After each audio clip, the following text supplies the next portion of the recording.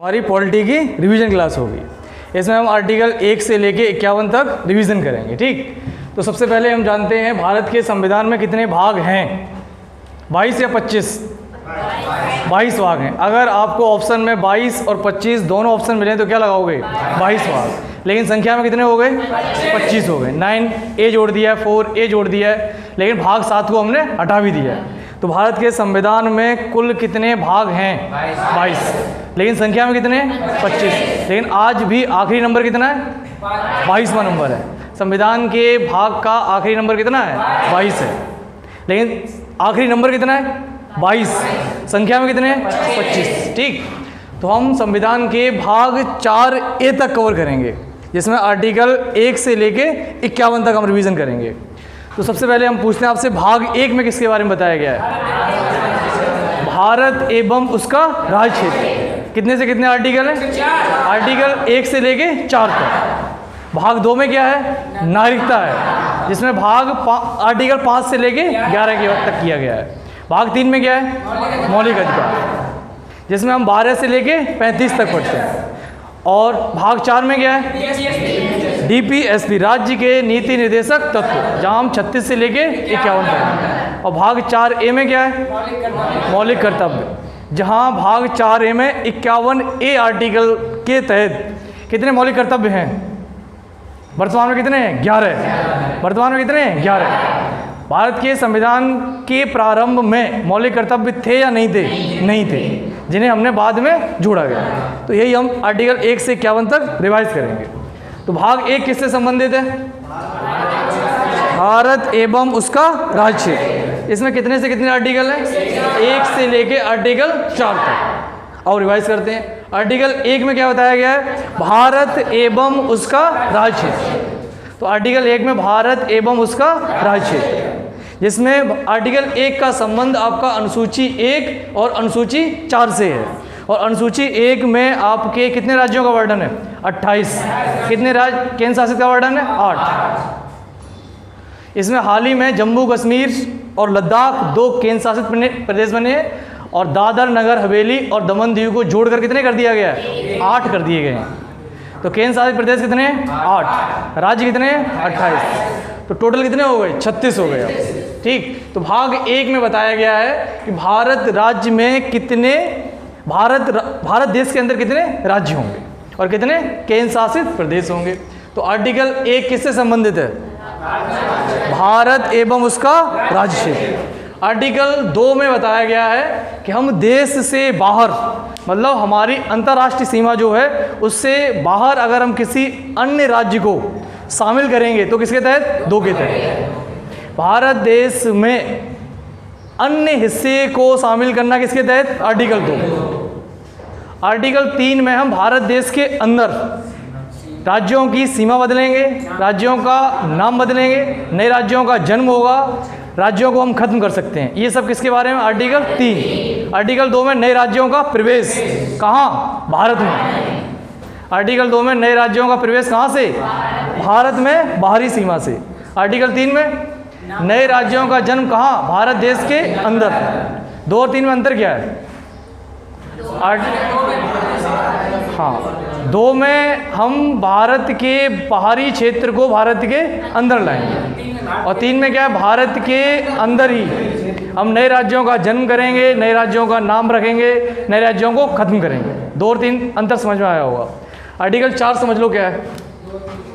Article 1 Bharat एवं उसका राज्य क्षेत्र। आर्टिकल 2 नए राज्यों का प्रवेश। आर्टिकल 3 भारत देश के अंदर नए राज्यों का जन्म, सीमा परिवर्तन और क्षेत्र में परिवर्तन करेंगे। ठीक, और व्यक्तिगत कर सकते हैं, नए बना सकते हैं। आर्टिकल 4 संविधान 2 और 3 में किए गए संशोधन 368 के अंतर्गत नहीं आए।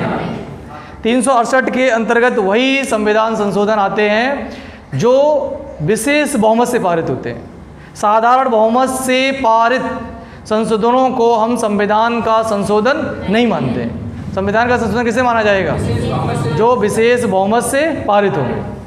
ठीक, तो भाग 1 में कितने आर्टिकल?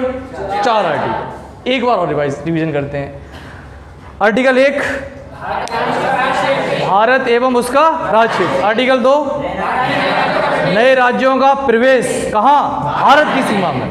आर्टिकल 3, भारत देश के अंदर राज्यों का नाम बदलना, नए राज्यों का जन्म करना, राज्यों की सीमा बदलना।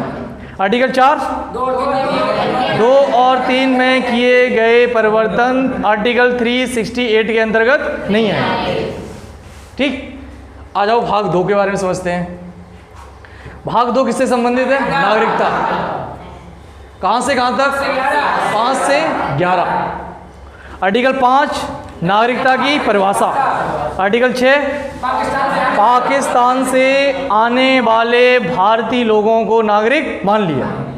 आर्टिकल 6, भारत से जाने वाले कहाँ? पाकिस्तान में, उन लोगों की नागरिकता क्या कर दी? समाप्त कर दी आज़ादी के बाद। ठीक। आर्टिकल 7,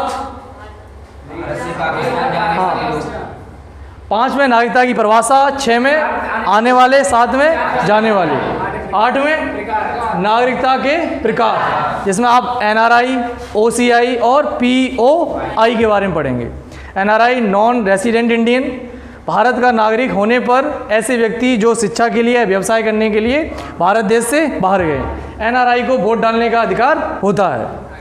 इसके बाद OCI, overseas citizenship of India. ठीक। इसके बाद एक होता है POI, कार्ड दिया जाता है, पर्सन ओरिजिन इन इंडिया, भारतीय मूल के व्यक्ति। जैसे आपके कमला हैरिस अमेरिका की क्या है, वो उपराष्ट्रपति हैं, वो क्या है? भारतीय मूल की व्यक्ति हैं। इसके बाद आर्टिकल 9 में क्या है? किसी अन्य देश की नागरिकता ग्रहण करने पर भारत की नागरिकता समाप्त हो जाए। आर्टिकल 10, भारत की नागरिकता बनी रहेगी, मतलब आपकी नागरिकता कोई आपसे छीन नहीं सकता। ठीक, जब तक आप देश के हित में, देश के बारे में सोचते रहेंगे, ऐसा कोई काम नहीं करेंगे जिससे देश की एकता और अखंडता को क्षति हुई है, तब तक आपकी नागरिकता बनी रहेगी। आधार कार्ड से लेकर, वोटर ID से लेकर, सब पे क्या लिख के आता है? इंडियन लिखा आता है। वही आपकी क्या होती है? सिटीजनशिप होती है, नागरिकता होती है। तो आर्टिकल 9 क्या है? किसी अन्य देश की नागरिकता लोगे तो भारत की नागरिकता अपने आप समाप्त हो जाएगी। क्यों? कि भारत देश एकल नागरिकता का प्रावधान करता है। 10 में आपकी नागरिकता कोई छीन नहीं सकता। 11 में नागरिकता से संबंधी कानून बनाने की शक्ति किसके पास है? संसद के पास। अब भाग 3 में क्या बताया गया है? मौलिक अधिकार बताया गया। भारत ने मौलिक अधिकार कहाँ से लिए? USA से लिए। भारत के संविधान में कितने मौलिक अधिकार थे? कितने हैं? कौन सा हटा दिया? संपत्ति का अधिकार। 6 नंबर का जो हुआ करता था पहले, संपत्ति का अधिकार, उसे हटा दिया। कहाँ ले गए?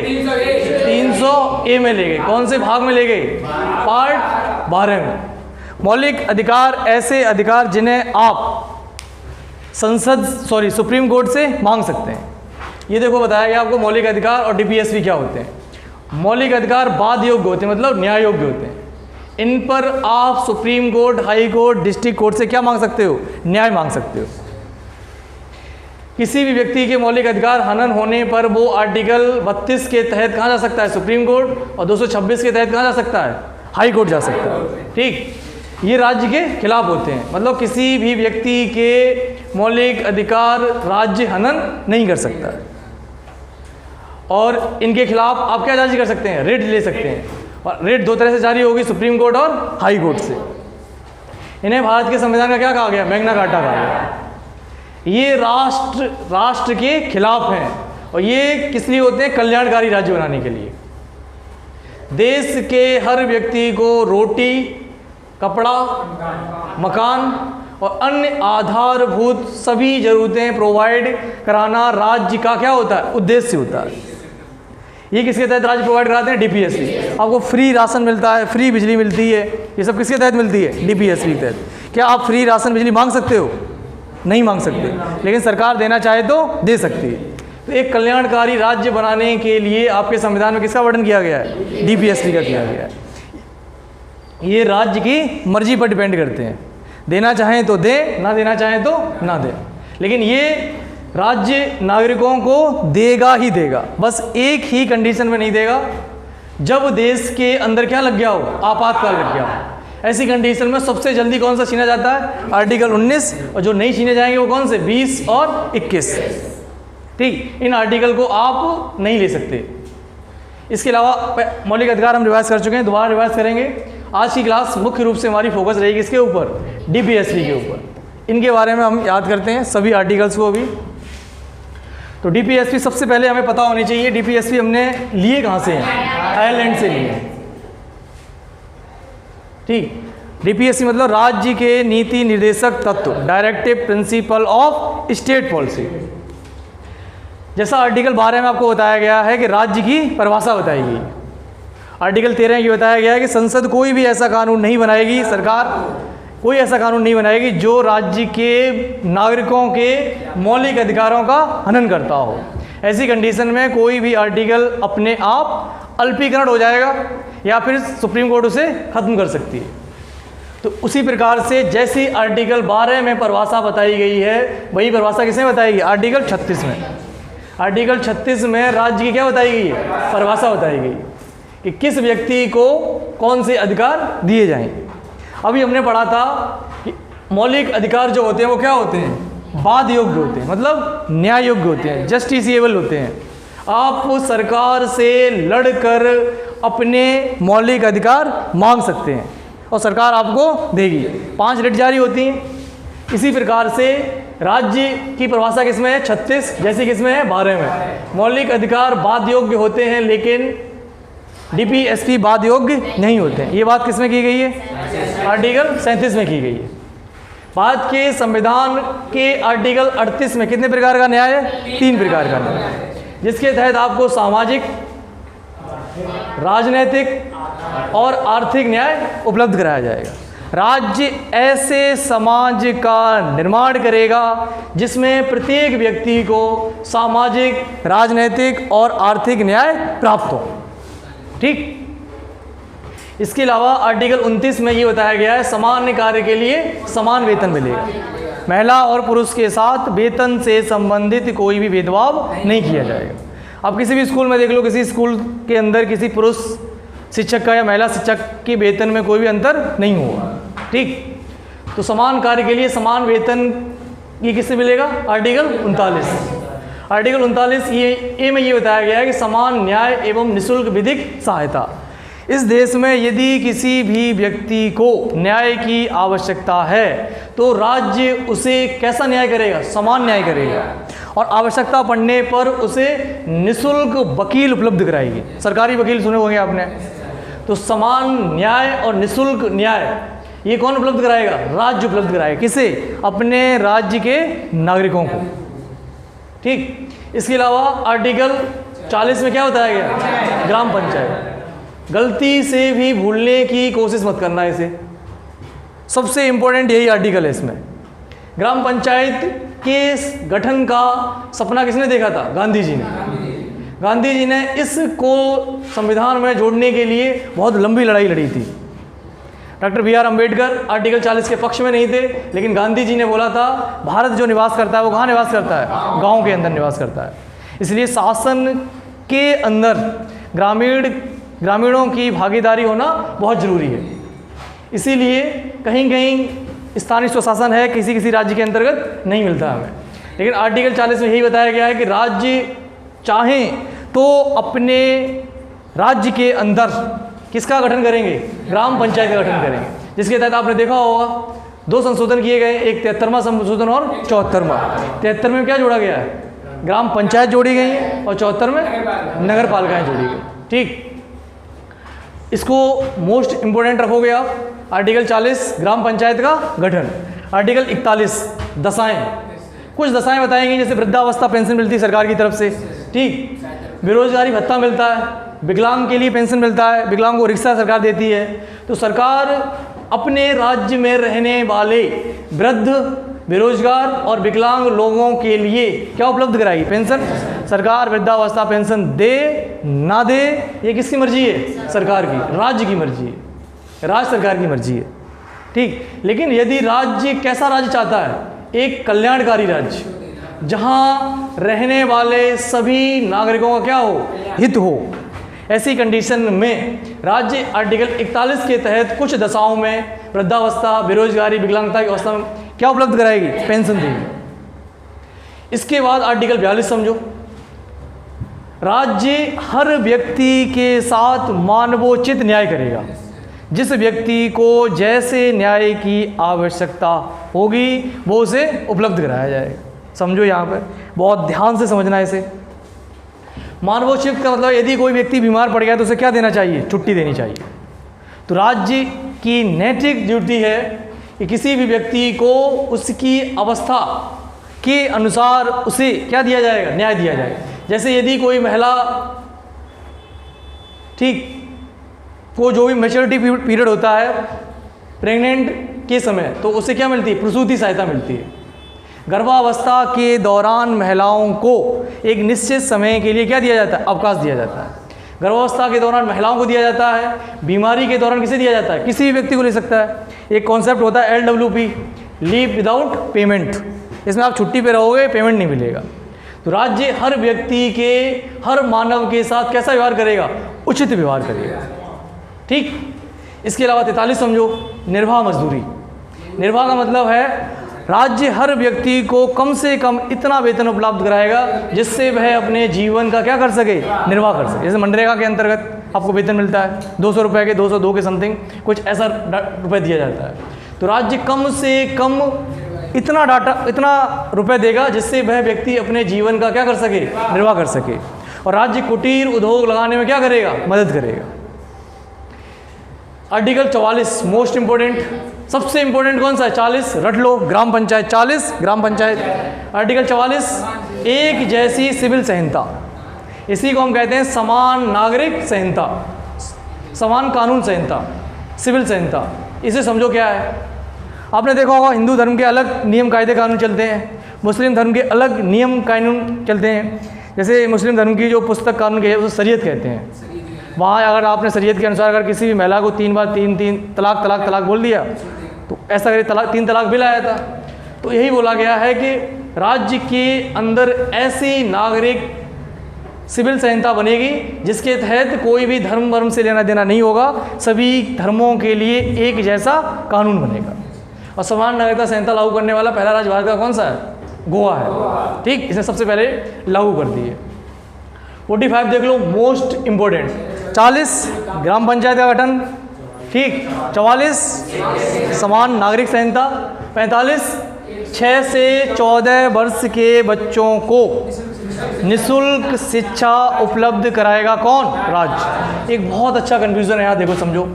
21A, 45 और 51A के अंतर्गत 11वीं ड्यूटी, इन 3 आर्टिकल को जान लो, मोस्ट इंपोर्टेंट है। 21A में कहा गया है कि राज्य प्रत्येक बच्चे को क्या उपलब्ध कराएगा? निःशुल्क शिक्षा उपलब्ध कराएगा। ये प्रत्येक बच्चे का मौलिक अधिकार है और 6 से 14 वर्ष का प्रत्येक बच्चा राज्य से अपनी शिक्षा मांग सकता है और राज्य जरूर उसे क्या उपलब्ध कराएगा? शिक्षा कराएगा। कौन से? 6 से 14 वर्ष। ये उसका क्या है? मौलिक अधिकार। 21A में कौन उपलब्ध कराएगा? राज्य। जरूरी या जरूरी नहीं है? जरूरी है, क्योंकि क्या है? उसका मौलिक अधिकार, और मौलिक अधिकार सरकार को देना ही पड़ेगा। 45A में क्या बोला गया है कि राज्य प्रत्येक बच्चे को निःशुल्क क्या उपलब्ध कराएंगे? शिक्षा। यहाँ जरूरी है नहीं है? जरूरी तो पहले ही कर चुके हैं हम। तो जो बात 21A में कही गई है वही बात कहाँ रिपीट कर दी? 45A में, कि 6 से 14 वर्ष के बच्चे को राज्य क्या उपलब्ध कराएंगे? निःशुल्क शिक्षा। अगला समझो, बहुत ही इंपॉर्टेंट है।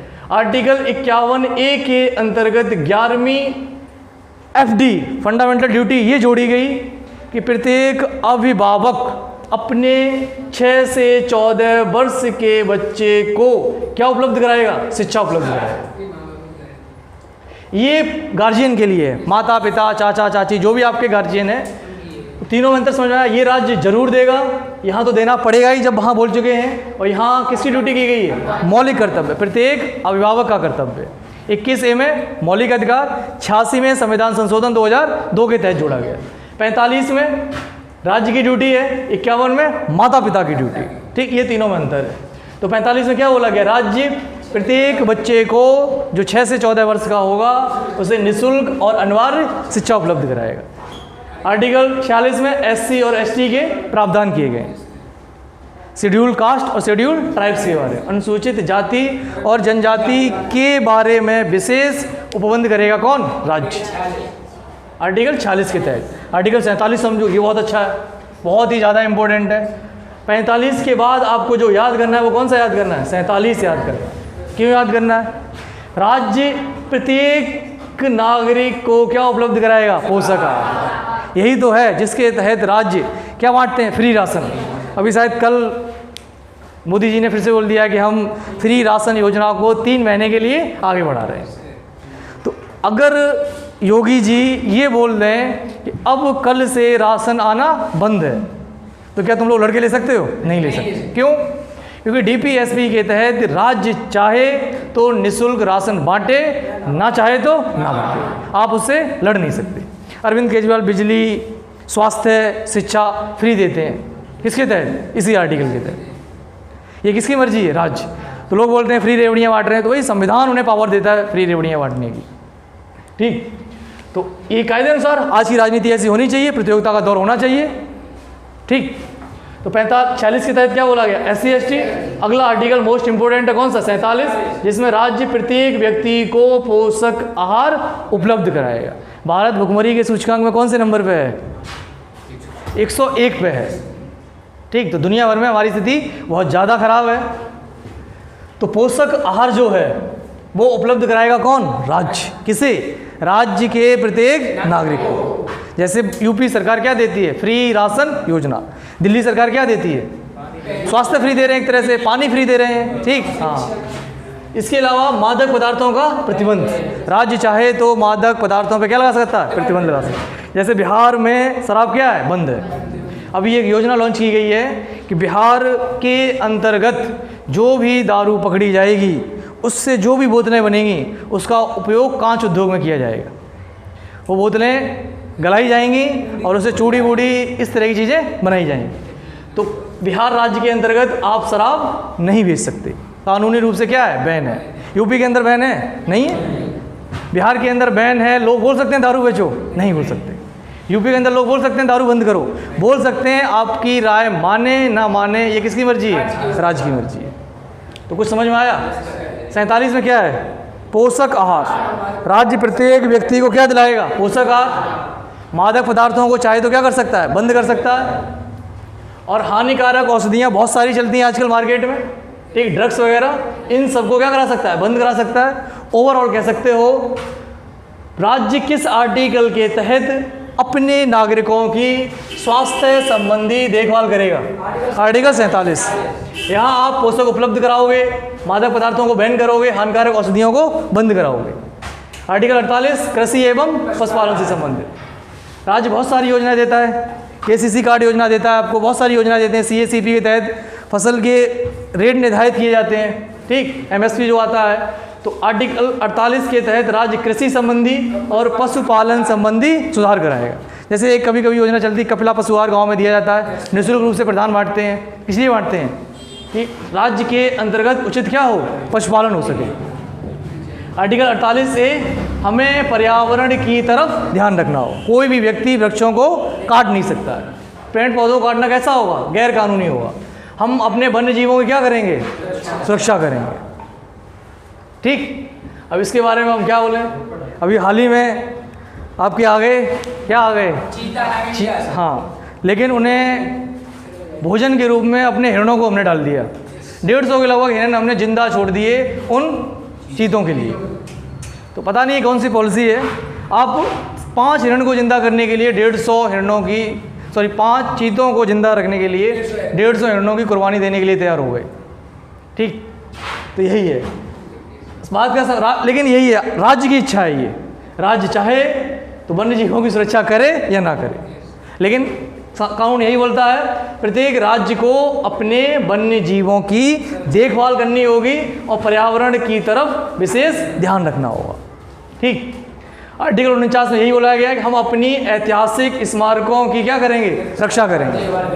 ताजमहल, स्कूल, XYZ आपकी जो भी सरकारी धरोहर है उसको आप हानि नहीं पहुंचाओगे। ये नागरिकों को भी बोला जाता है कि राज्य अपने धरोहरों को हमें संभाल के रखना। किस आर्टिकल के तहत? 49। आर्टिकल 50 बहुत ही ज़्यादा इंपॉर्टेंट है, इसे नहीं भूलोगे आप। पृथक्करण का सिद्धांत, भारत के अंदर न्यायपालिका को कार्यपालिका से अलग रखा गया है। सुप्रीम कोर्ट और हाई कोर्ट के डिसीजन में आपके मंत्रीगण भागीदार नहीं हो सकते। लेकिन कहाँ तक ये आर्टिकल काम करता है ये आपको अच्छे से पता है, ठीक। तो आर्टिकल 50 में क्या बोला गया? पृथक्करण का सिद्धांत। और आर्टिकल 51 में अंतर्राष्ट्रीय शांति, राज्य को ऐसा कोई कार्य नहीं करना होगा जिससे अंतर्राष्ट्रीय शांति बाधित हो। एक मिनट फिर से आ जाओ, रिवीजन करते हैं। आर्टिकल 36 राज्य की परिभाषा। आर्टिकल 37 वाद योग्य नहीं, इन पे आप न्याय नहीं ले सकते। आर्टिकल 38 कितना न्याय? 3 प्रकार का, सामाजिक, राजनीतिक और आर्थिक। 39 समान कार्य के लिए समान वेतन। आर्टिकल 39A समान न्याय और निःशुल्क विधिक सहायता। 40 ग्राम पंचायत का गठन। 41 कुछ दशाओं में सरकार आपको पेंशन भत्ता दे सकती है। आर्टिकल 42 मानव के साथ उचित व्यवहार किया जाएगा, बीमारी की दृष्टि में उसे अवकाश दिया जाएगा और महिलाओं को उनके अनुसार उन्हें अवकाश दिया जाएगा। आर्टिकल 43 निर्वाह योग्य मजदूरी दी जाएगी जिससे वो अपने जीवन का निर्वाह कर सके। आर्टिकल 44 समान नागरिक संहिता। आर्टिकल 40 ग्राम पंचायत का गठन। आर्टिकल 44 समान नागरिक संहिता। आर्टिकल 45 6 से 14 वर्ष के बच्चों को राज्य क्या उपलब्ध कराएगा? निःशुल्क और अनिवार्य शिक्षा। आर्टिकल 46 आर्टिकल 47 पोषक आहार, राज्य अपने नागरिकों के स्वास्थ्य की क्या करेगा? देखभाल, जिसके लिए चाहे तो शराब बंद करे, ठीक है, हाँ, यह चलने दे, तुम्हारे राज्य के ऊपर डिपेंड है। लेकिन हानिकारक औषधियाँ, ड्रग्स वगैरह, इन पे क्या लगाना बंद। जैसे देखो कोरेक्स सिरप आता था, कोरेक्स, ये क्या कर दिया गया? बैन कर दिया, क्योंकि इसके अंदर नशीला पदार्थ मिला हुआ था। तो ये सब किसके ऊपर डिपेंड करता है? राज्य के ऊपर डिपेंड करता है। राज्य के अंदर क्या करेगा? कृषि और पशुपालन के लिए ध्यान देगा। आर्टिकल 48 है पर्यावरण एवं वन्यजीव।